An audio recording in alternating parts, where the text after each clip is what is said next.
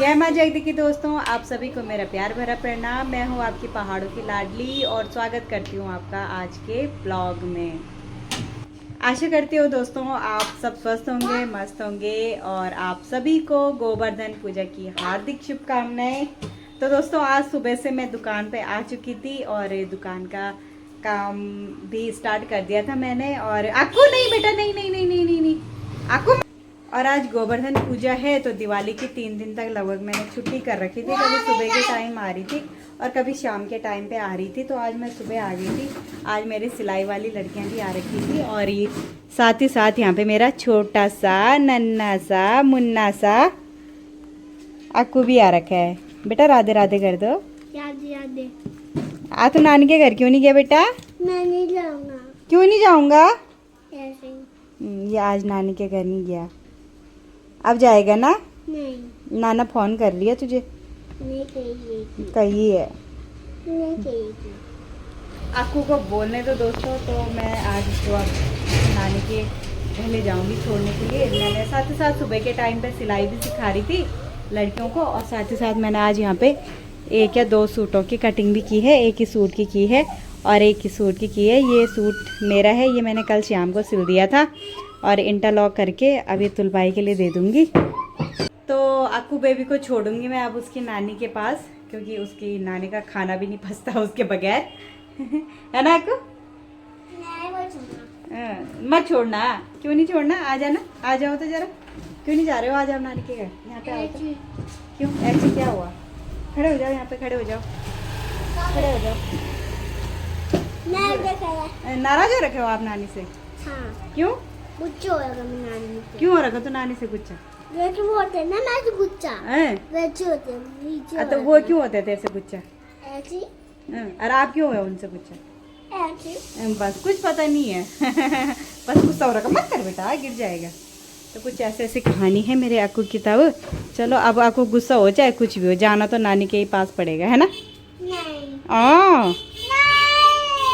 बात तो खाने नहीं जाएगा। चलिए दोस्तों अब दुकान बढ़ा देती हूँ। 1:30 बज चुकी है तो दुकान बढ़ा के फिर घर पे चलते हैं। तो ये देखिए दोस्तों अक्कू की नानी बना रही है दाल भात। ये देखिए ये मसाला कट रहा है, ये सब्जी और अक्कू की मौसी काट रही है खीरा। ये किसी ने दिया था हमें खीरा तो ये काट रहे हैं। यहाँ पे अक्कू की मौसी काट रही है खीरा। ये देखिए और ये अक्कू ये क्या चीज़ है? ये रबड़। ये देखिए ये रबड़ है। अब क्यों लाए थे उनको बाहर? ये पहले आ ही नहीं रहा था और आते ही शैतानी करने लग गया। तो ये लोग यहाँ पे खाना बना रहे हैं और अब मैं घर जा रही हूँ। ये देखिए अक्कू का मामा पता नहीं कहाँ है और अक्कू यहाँ पे लूडो खेलने लग गया। ठीक है अक्कू, बाय बाय। गिट्टी ढूंढ ले, बाय।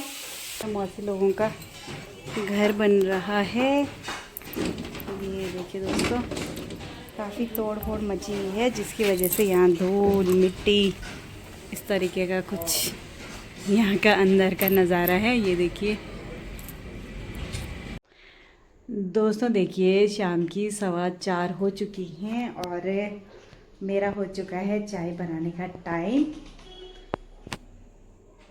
तो ये देखिए दोस्तों मैंने यहाँ पे अच्छी सी अदरक वाली चाय बना दी है, बढ़िया सी कूट के।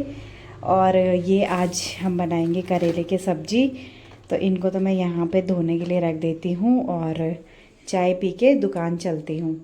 चलिए दोस्तों मैं भी तैयार हो गई हूँ दुकान जाने के लिए और साथ ही साथ आज का मौसम आपको दिखाती हूँ।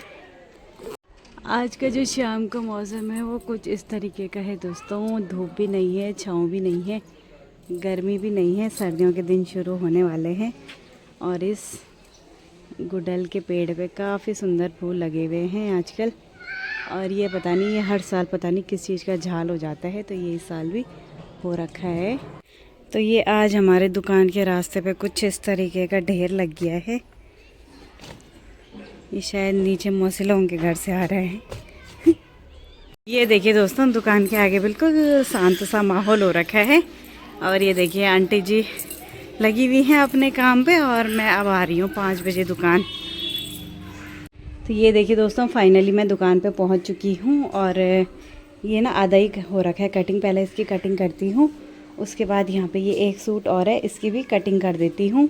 तो दोस्तों आज मैं आपसे ना एक बात शेयर करना चाहती हूँ जो कि है थोड़ा छोटी है, लेकिन जो मेरे कस्टमर और मेरे बीच की एक बात है जो मैं आप लोगों के साथ शेयर करना चाहती हूँ। तो पता क्या है कि कुछ कस्टमर कैसे होते हैं जो ना बड़े कंफ्यूज होते हैं अपने कपड़ों को लेके, अपने नाप को लेके, सब चीज़ से बड़े कंफ्यूज होते हैं, है ना। तो ऐसे लोग क्या करते हैं कि उनको खुद तो पता रहता नहीं है कि भाई मुझे क्या सिलना है, कैसे सिलना है, किस हिसाब से सिलना है। तो वो लोग क्या करते हैं ना, एक दो लोगों को साथ लेके आएंगे। और मैं ये सिर्फ अपना एक्सपीरियंस शेयर कर रही हूँ आप लोगों के साथ। मेरे भी काफ़ी ऐसे कस्टमर हैं जो ऐसा करते हैं मेरे साथ, है ना। अब एक दो लोगों की राय लेके वो लोग अपना नाप देते हैं, अपने जो फैब्रिक है उसका डिज़ाइन सेलेक्ट कर लेते हैं, ये कर लेते हैं, वो कर लेते हैं। फिर उसके बाद आती है ट्राई करने की, है ना। तो जब ट्राई करते हैं, अब जिसका जितना फैब्रिक होगा, है ना, लेंथ तो हम उसकी उतनी ही रखेंगे। हम किसी कपड़े पे एक्स्ट्रा फैब्रिक कहाँ से चिपकाएं। अब कोई लेंथ मांग रहा है 45 इंच, अब उसका जो पूरा कपड़ा है वो 40-42 इंची है, तो मैं उसको 45 इंच कैसे बनाऊं भाई। 2-3 इंच तो कहीं से भी नहीं बढ़ता, है ना। और फिर क्या होता है कि कपड़े कपड़े में भी फ़र्क होता है। कोई कपड़ा ना वो हो जाता है, जैसे कोई कपड़ा सिलने के बाद उतने ही उसकी लेंथ वगैरह रहती है, लेकिन कोई कपड़ा ना हल्का सा छोटा हो जाता है, उठ जाता है। तो कुछ इस तरीके से हो जाता है। तो लोग क्या करते हैं, फिर जो हमारे कस्टमर हैं वो क्या करते हैं कि वो डायरेक्टली आके हमें वो प्रॉब्लम नहीं बताएंगे।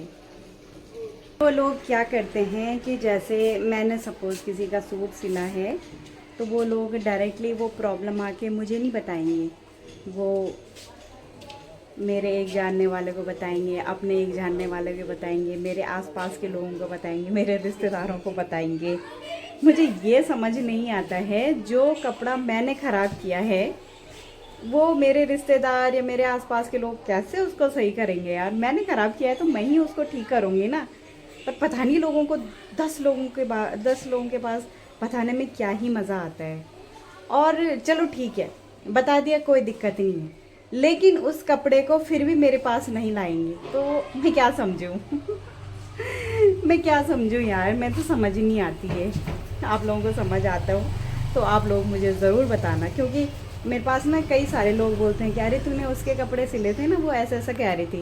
फिर मैं सोचती हूँ यार ठीक है, वो ख़राब हुआ था, वो तो मेरे पास वापस लाई ही नहीं उस कपड़े को, कहाँ ले गई होगी सही करने के लिए। ताई जी प्रणाम। ये हमारी ताई जी आ गई हैं। अगर आप भी टेलर हैं तो क्या आप लोगों के साथ भी कुछ ऐसा होता है? और अगर आप लोग कस्टमर हैं तो प्लीज़ ऐसा मत कीजिएगा अपने किसी भी टेलर्स के साथ। अगर आपके कपड़े ख़राब होते हैं तो प्लीज़ अपने टेलर से ही अपनी समस्या को साझा कीजिए और अपनी समस्या पूरी करवाइए।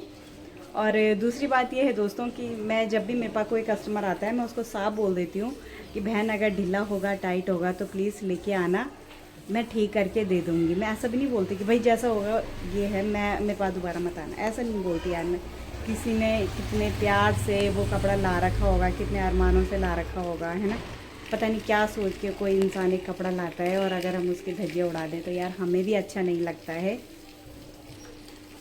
कोई कैसा भी टेलर हो, चाहे वो अपने घर में सिलता हो या चाहे दुकान में सिलता हो या कोई भी इंसान हो, यार कोई नहीं चाहता कि उसके कस्टमर का काम ख़राब हो और वो कस्टमर उसके पास दोबारा ना आए। बड़ा दुख होता है अगर हमारे भी कस्टमर का काम ख़राब होता है।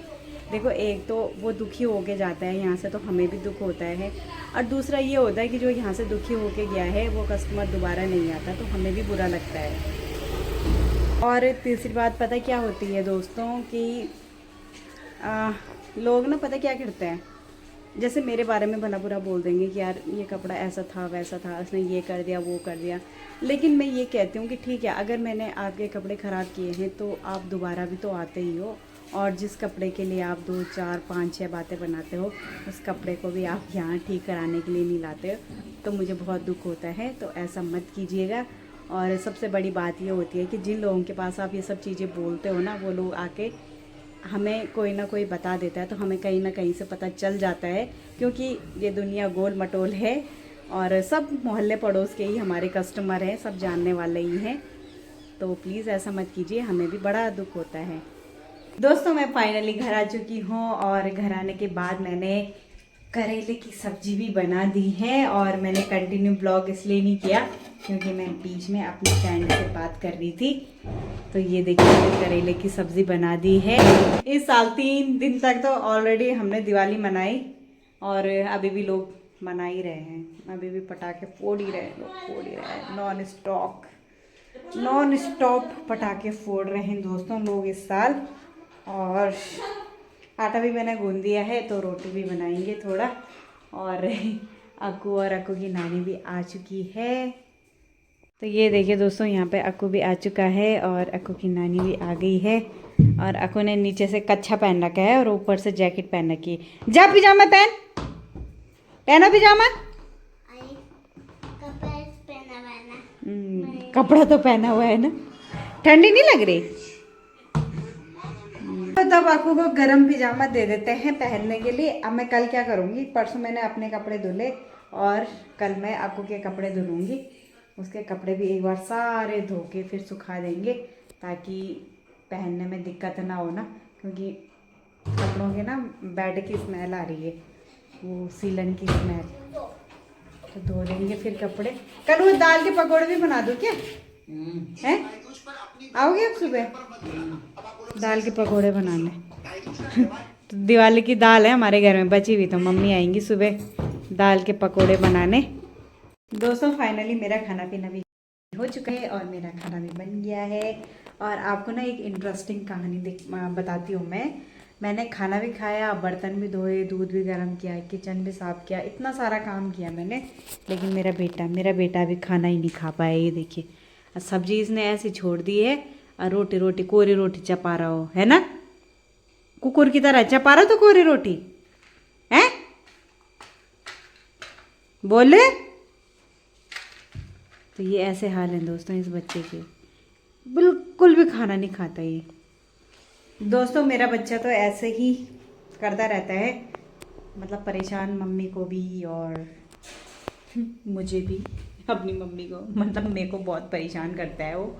पर क्या करूं यार, ऐसे ही होते हैं बच्चे। और तो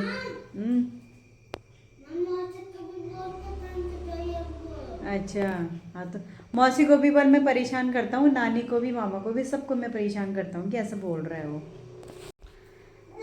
दोस्तों मिलते हैं फिर इसी तरीके की किसी न्यू ब्लॉग में, कल मिलेंगे नए ब्लॉग में। तब तक माँ जगदी आप सब पे अपनी कृपा बनाए रखे और आप माँ जगदी की कृपा से स्वस्थ रहना, मस्त रहना।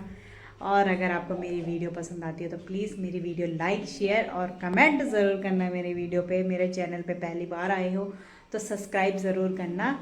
बाय बाय दोस्तों।